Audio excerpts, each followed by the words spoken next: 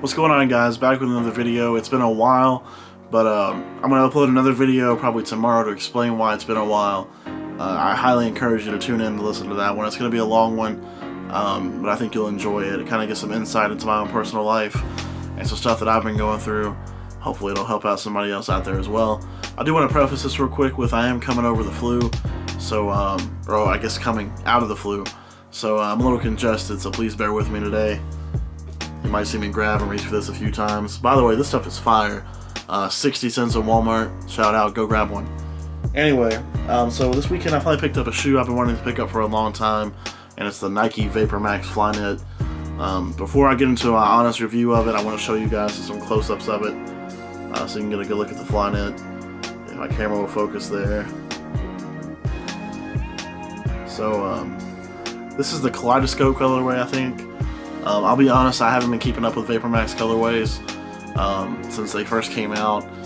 I've been wanting a pair for a long time since the initial colorway came out, but I'll be honest, I was very hesitant to buy one. $190 is a crazy price point for these in my opinion, but that's kind of, I guess, in line with market prices.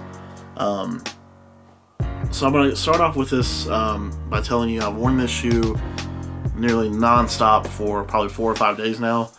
All my friends told me it kind of starts off feeling like a cleat, but the more you wear it, the more it kind of breaks in and the more comfortable it gets.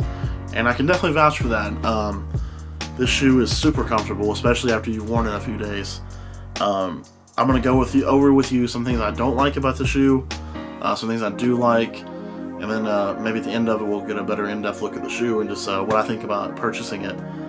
First and foremost, I'm going to go with what I don't like first.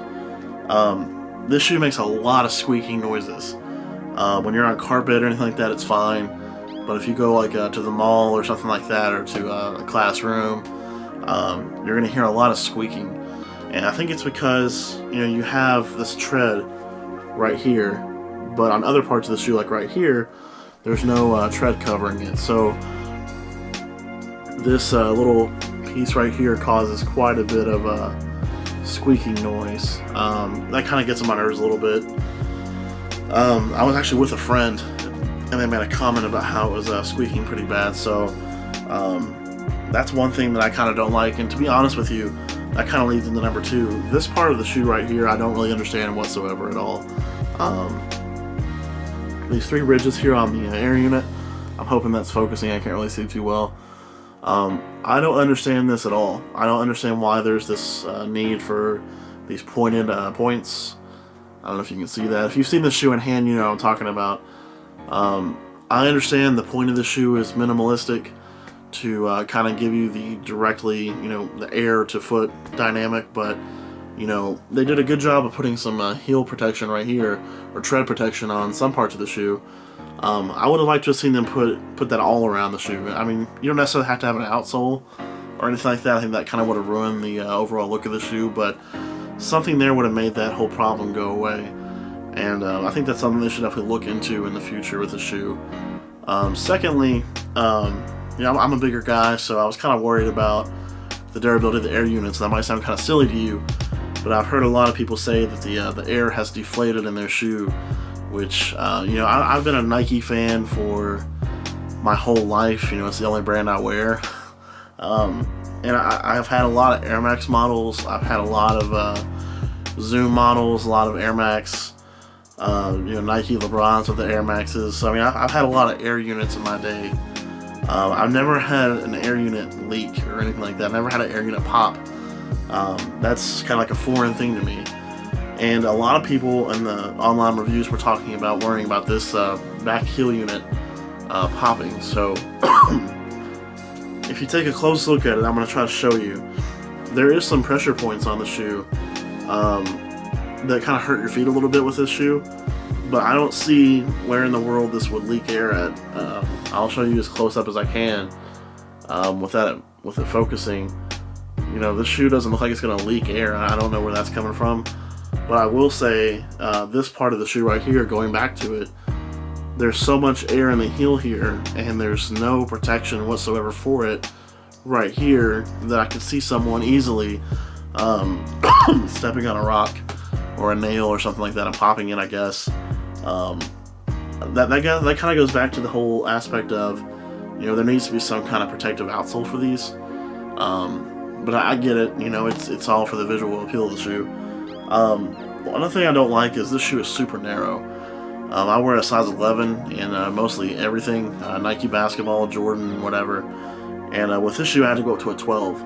I tried the size 11 on, and literally my I don't have that wide of a foot. You know, it's pretty average, maybe a little bit wider than average. But you know, wearing the size 11 in this shoe, it felt like my feet were just hanging over the edge of the air units here. So that was super uncomfortable. I didn't like that at all. And now that I had to go size up for width, I've got a little bit of extra room here at the toe where the Flyknit is. Hopefully that focuses so you can get a good look at that Flyknit. But overall, that's kind of the cons. I don't really have too many of them. Let's talk about the positives. So first and foremost, this shoe is super comfortable. I'm not an Adidas Ultra Boost guy. I've tried them on. I'm not going to sit here and lie to you. That shoe is definitely comfortable. But like I said earlier, I'm a bigger dude. The Boost just doesn't really do it for me. I need something with a little bit more cushioning, something with a little more kind of bounce to it. And to me, this shoe fits the bill perfectly. You know, I'm used to you know, Nike basketball air units, so something like this 180 air unit on the heel was something I was used to. That was super comfortable to me. But this is a new ride, and it's hard to describe. It's really kind of like the first time you wear this shoe for the entire first day. It's literally like walking on a cleat. Not uncomfortable, but you know, you're kind of uneven on your feet a little bit. You're kind of afraid you're gonna pop these air units a little bit. I know that sounds so stupid, but like, you know, it's like having this unprotected material just, you know, hitting the pavement or the curbs or whatever you're on. So, you know, you're a little hesitant at first, and just the overall shape of the shoe, you kind of find yourself being overly cautious.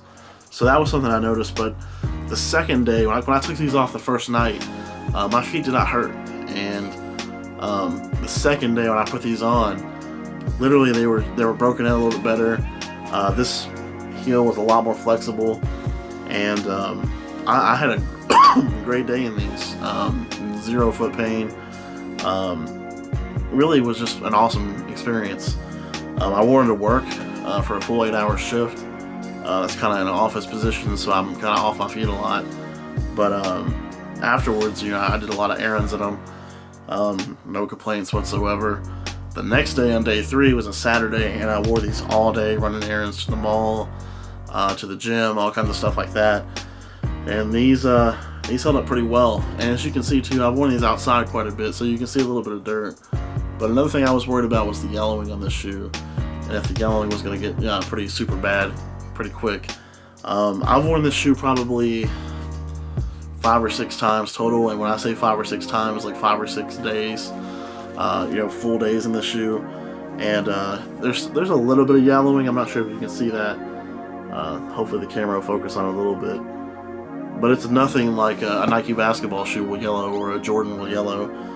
For being directly on the pavement with no outsole, I'm pretty impressed with it. I'm going to show you the other shoe too.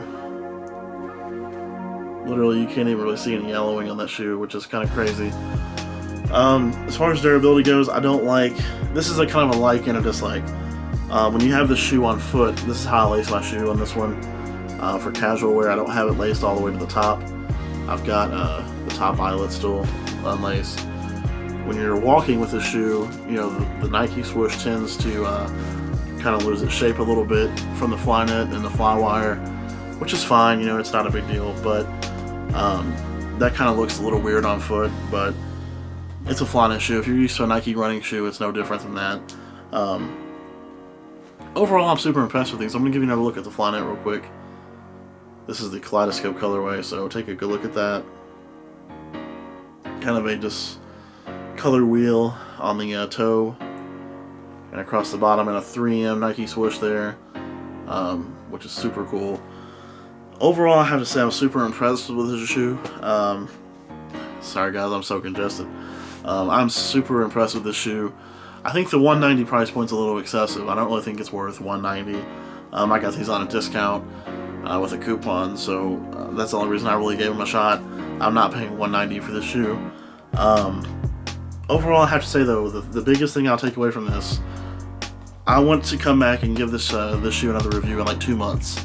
I want to see how well this air unit holds up after 2 months of being on my feet. I'm going to give them a couple of days off now. They've been working pretty hard the last few days. But I want to come back to you guys in a couple of months and see how these things are doing. And if they're doing just as good as they are right now, I might grab another pair, another colorway. But overall, right now, if I had to recommend this shoe, I definitely would. It's simple, it's clean, it's comfortable. It really can be used for anything: gym time, work, errands, outside, indoor, whatever. It holds up well. Now, the one thing I've not done in these, I did some weightlifting in them. I did not do any running in them. Some people have said this is not a good running shoe. So, leave your comments in the comments below and let us know if you've ran in these. I know a lot of people complain about the air unit, once again, deflating with their running outdoors, so be aware of that. But overall, I'm pretty impressed with these. I know a lot of people collect them for style. Sorry, I'm not going to do that with these. But it's a simple shoe. I wore it with a sweater and some jeans, and I love it. Something really super simple and something clean, something comfortable from Nike too. So overall, it's a buy. Go check out the Nike VaporMax at Foot Locker or Finish Line, wherever you buy your shoes. And I'll see you next time.